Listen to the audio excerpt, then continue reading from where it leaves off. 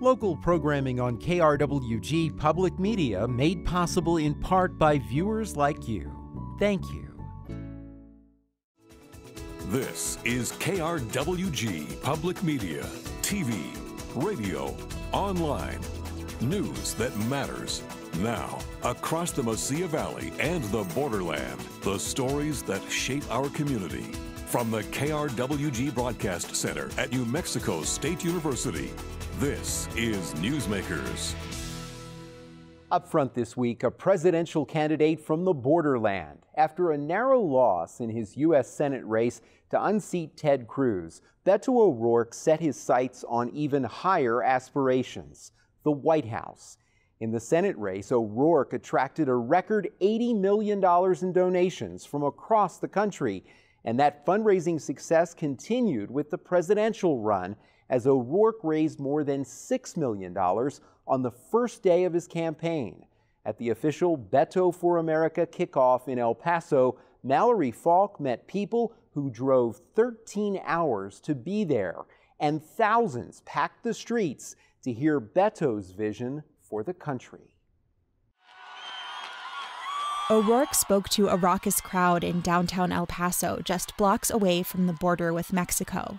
He started by praising his hometown, saying El Paso represents America at its best. We are safe, not despite the fact that we are a city of immigrants and asylum seekers. We are safe because we are a city of immigrants and asylum seekers.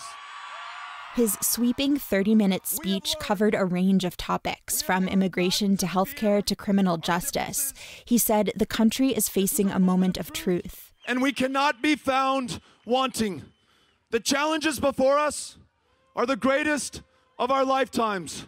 An economy that works too well for too few and not at all for too many more. A healthcare system where millions are unable to see a doctor or be well enough to live to their full potential, and the last best hope of averting the catastrophe that will follow additional climate change, fading before our very inaction. O'Rourke called for guaranteed universal health care, higher teacher pay, and more support services for veterans. He said he would work to end cash bail and get rid of for-profit prisons. O'Rourke also pledged to ensure that every citizen's vote truly counts. As president, I will sign into law a new Voting Rights Act. Together, we will end gerrymandering. We will get big money out of our politics. And all across this country, we will have automatic and same-day voter registration. Several thousand supporters filled El Paso Street and cheered as O'Rourke laid out his vision. Many said they were thrilled by the prospect of seeing someone from El Paso in the country's highest office. It's pretty cool to see somebody from this community go somewhere so far. 16-year-old Victoria Fierst attended the rally with her family. I would like to see people change their views on people from border towns and people who I'd like to see people not think that we're violent and terrible people, because they're actually really good people. El Paso resident Eliu Dominguez showed up for the rally in a black and white Beto 2020 t-shirt. Dominguez says he fully supports his hometown candidate. Yeah, I think he can bring a very special view of the border that is very needed nationwide, because most people in the country, they don't know what's happening at the border. Plus, he says he has a personal connection to O'Rourke. Their daughters go to school together.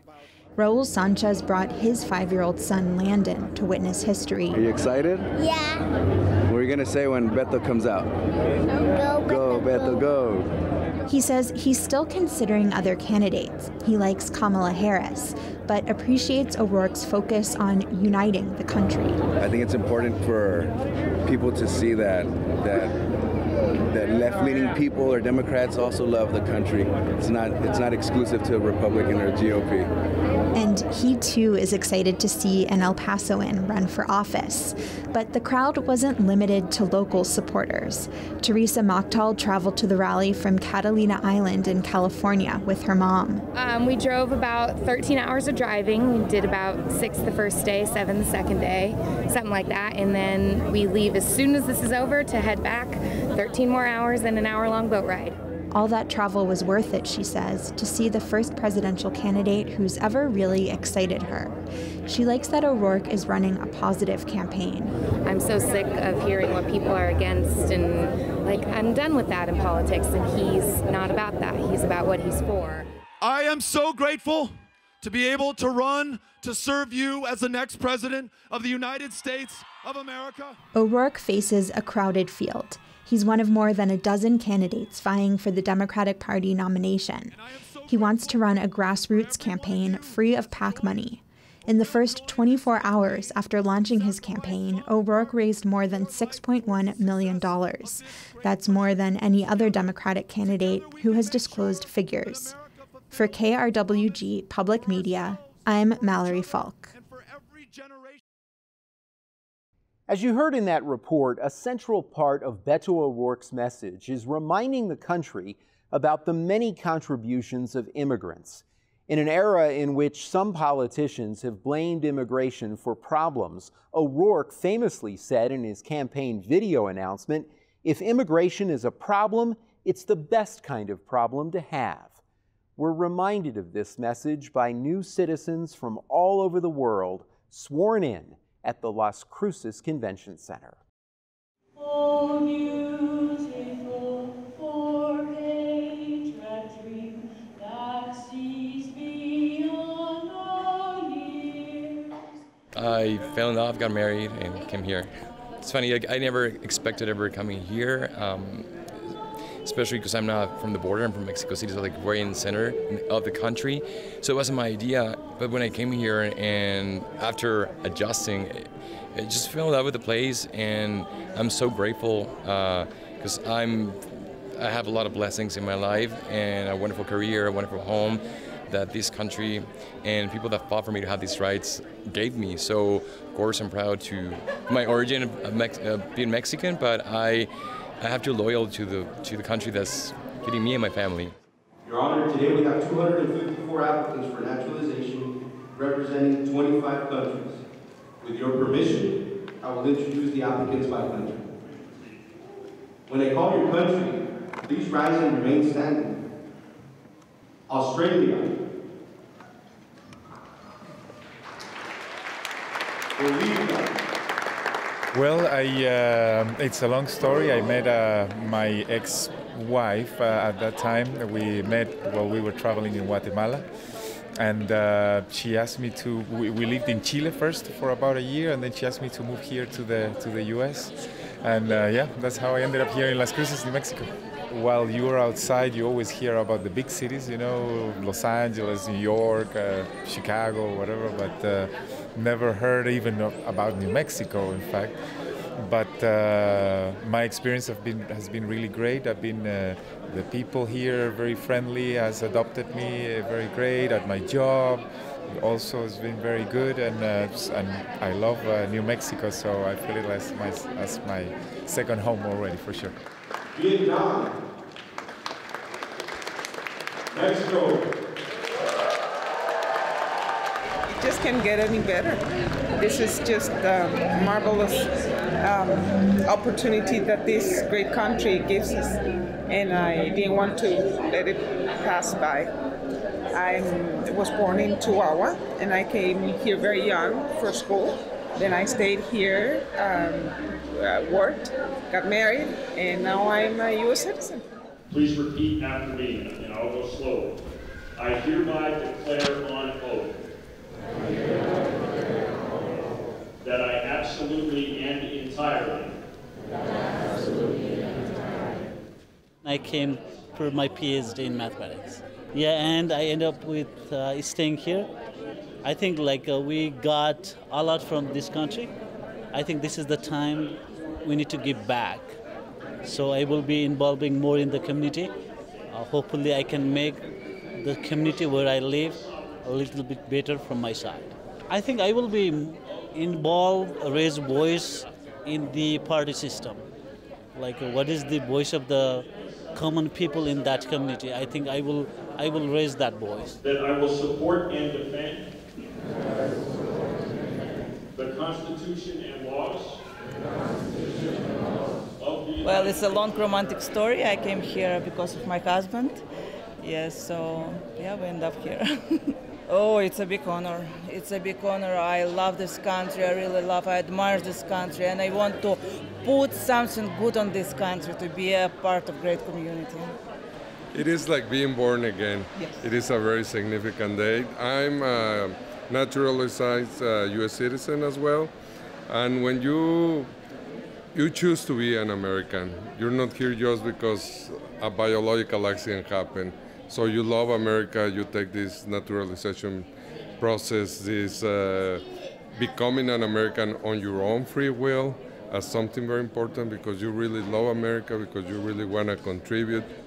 My mom she was getting her naturalization, and so she's finally a U.S. citizen, and it's just a huge milestone for all of us. She was the only one. My dad's had it for years, and she was the only one that we needed to just complete it, and so she did it. It just opens up so many new doors for her, new ideas, anything that she wanted to do, maybe that she couldn't before just because she didn't have the right, documentation, all of that. Now she can go ahead and do as voting, as simple as just a vote. So now she's super excited to just be registered to vote and all of that. I'm here today as a voter registration agent because I think one of the most powerful privileges we have as citizens is our voice by voting. So I'm part of the group of nonpartisan volunteers. We don't get paid. We go to a lot of events. We believe in this because really it's your voice, and I see all these people here today becoming citizens, and I think this is your opportunity to participate in your government, and I'm here to help. I made my life and tried to be honest and work hard and make myself a name in my industry and my community. But if there's a little bit of doubt of saying like maybe I don't belong here, like it's today just like that weight was lifted off my shoulders. Like I do belong here. This is my home, and I'm here to contribute a little bit to in my way with my own little twist, make it better. Today is a day of International Women's Day. For me, it's another day. It's a birthday for me, like a United States citizen. So congratulations to all women, and congratulations to newborn U.S. citizens. A video essay from Mallory Falk, new citizens sworn in at the Las Cruces Convention Center. Finally, in his own words, here's Beto O'Rourke in downtown El Paso. For more than 100 years, this community has welcomed generations of immigrants from across the Rio Grande, some having traveled hundreds of miles, some having traveled thousands of miles, trying to escape brutality, violence, and crushing poverty, to find a better life in this country for themselves and for their kids, that's for sure. But also because they were called to contribute to our shared success and to this country's greatness, and they have.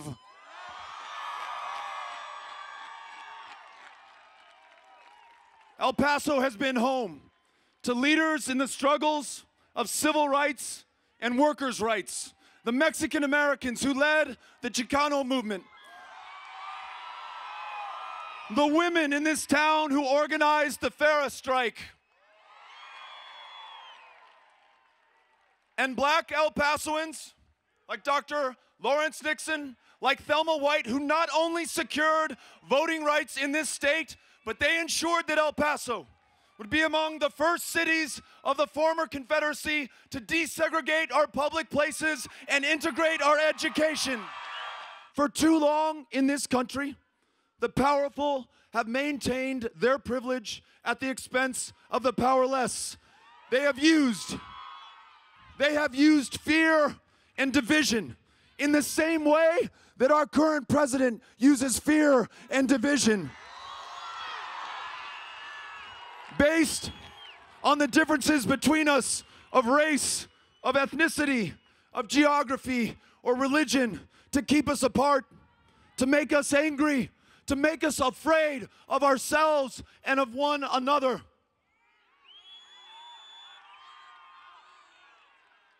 Unrestrained money and influence has warped the priorities of this country. It has corrupted our democracy.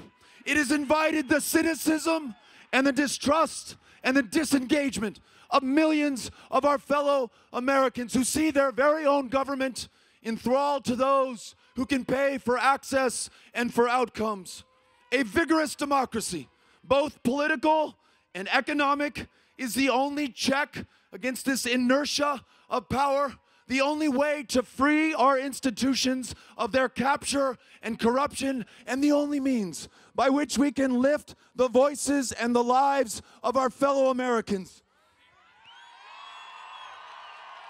But when the safeguards of this democracy are manipulated by those in power, when members of Congress can choose their own voters, when the Supreme Court decides that corporations are people and money is speech, when PACs and special interests can buy the outcomes of elections and legislation, and when voting rights are not expanded, they are functionally withdrawn, then we run the risk of becoming a democracy in name only.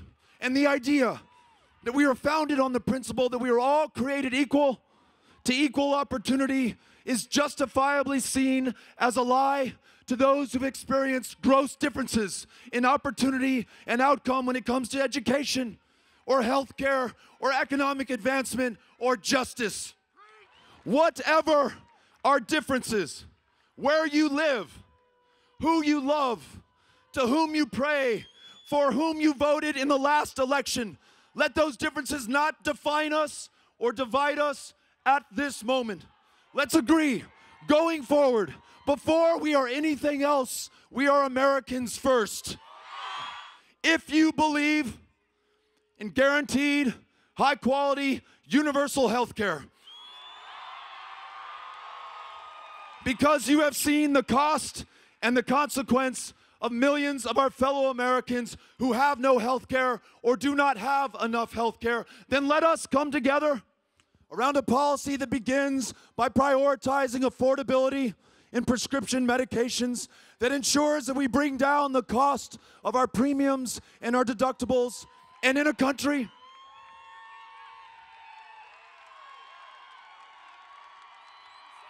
country where too many of our fellow Americans are dying of diabetes in the year 2019, dying of the flu, dying of curable cancers, in a community, in a state, in a country where one of the largest providers of mental health care services is the county jail system, and in a nation that is in the midst of a maternal mortality crisis 3 times as deadly for women of color, then let us ensure that universal health care means all of us can see a primary care provider, all of us can get mental health care help, and that universal care means every woman makes her own decisions about her own body. If we believe in an economy that works for all, we want to make sure that everyone has the chance to advance, then let's begin with the very youngest among us and invest in a world-class public school system, pre-K to 12, everywhere in every community. And then, let's do this. Let's pay our teachers what they are worth, a living wage. There is no reason that any educator, any teacher should be working 2 or 3 jobs when they have the most important job in front of them, unlocking that lifelong love of learning within every single child. Once we do that, there's no stopping those kids. There is no stopping this country. And when they graduate from high school, let's make sure that they are both college ready and career ready. Ready to go on to debt-free higher education. And ready to go to a job that provides purpose and pays a real paycheck. Speaking of that, let's also insist that we will not continue to diminish the power of unions. We will strengthen unions in this country. Unions who insist that one job should be enough for every single American. Unions who will help us to provide apprenticeships, not just for that young woman or young man graduating from high school, but for that parent who has finished raising their kids, for that worker whose job has been automated out of existence. Apprenticeships ensure that we have the skills and the trades that command a living salary for the rest of your life. So let's strengthen those unions going forward. And in rural America, if we want to lift up rural America, let's begin by listening to rural America. Let's partner with them in investing in hospitals, in schools, in infrastructure like broadband internet, and then let's ensure that every farmer, every rancher, every grower, every producer can make a profit as they grow what feeds and clothes not just America, but so much of the rest of the world. And those farmers, like anyone else, wants to make sure that we are meeting the challenge of climate change before it is too late. Let's open up technologies and markets to them that provide an incentive for capturing the carbon that we're currently emitting in the air. I want to make sure that your gender, that your race, that your family does not prevent you from advancing in this economy. So let's do a few things. Let's pay women equal to what men make in this country. Let's sign into law paid family leave for every single family in this country. Let's ban workplace discrimination. And let's do this. Let's make sure that there is access to capital for communities who have effectively been shut out of access to capital, home loans, and the ability to build wealth in this country for generations.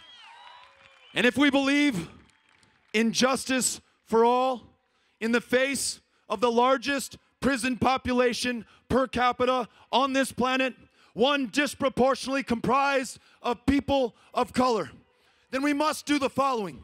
Not only end the federal prohibition on marijuana, not only expunge the arrest records of everyone arrested for possession of something that is legal in more than half the country. We must not only end cash bail and for-profit prisons in the United States of America, but we must also confront the legacy of certain communities who have been criminalized and kept down based on the color of their skin. Confronting the legacy and the consequences of slavery and segregation and the continuing suppression of our fellow Americans is the only way that we will begin to repair the damage and keep ourselves from committing the same injustices. And if we truly believe that we are a country of immigrants and asylum seekers and refugees, and they are the very premise of our strength, of our success, and yes, our security, then let us free every single dreamer from any fear of deportation. Let's bring millions more out of the shadows and onto a path to contribute to their maximum potential to the success of this country. Let's not only follow this country's asylum laws, but let's make sure that we never take another child from another mother at their most desperate and vulnerable moment. Let us reunite every single one of those families that are still separated today. And let's remember that every single one of us, including those who are just 3 or 4 blocks from here, detained under the international bridge that connects us with Mexico, behind chain link fence and barbed wire, that they are our fellow human beings and deserve to be treated like our fellow human beings. We will find security, not through walls, not through militarization. We will find security by focusing on our ports of entry that connect us to the rest of the world, so we have a better idea of who and what is coming in here, and we facilitate the trade and travel connected to millions of jobs around this country. We will support our CBP officers, our Border Patrol agents. We will treat every single American with the dignity and respect that they are owed as Americans and as human beings. And if we are really serious about security, we have a golden opportunity, Republicans, independents, Democrats alike, to work on comprehensive immigration reform, to rewrite this country's immigration laws in our own image, with our own values, and in the best traditions of the United States of America. But a full political democracy is only possible if we vigorously pursue a true economic democracy. Every child, every man, every woman in this country must be able to see a future for themselves in this country. Otherwise, this country will have no future as a democracy. That means that this extraordinary, unprecedented concentration of wealth and power and privilege must be broken apart, and opportunity must be shared with all. Beto O'Rourke in his own words. That's our time for now. Join us this week on KRWG Radio every weekday. It's morning edition 5 to 9, fresh air at 11, followed by Here and Now noon to 2, and All Things Considered 4 to 7. KRWG News is always online at krwg.org, and we'd love to hear from you. Email us with your story ideas and video submissions. The address is feedback@nmsu.edu. For all of us at KRWG News, I'm Fred Martino. Have a great week. We'll see you next time on Newsmakers.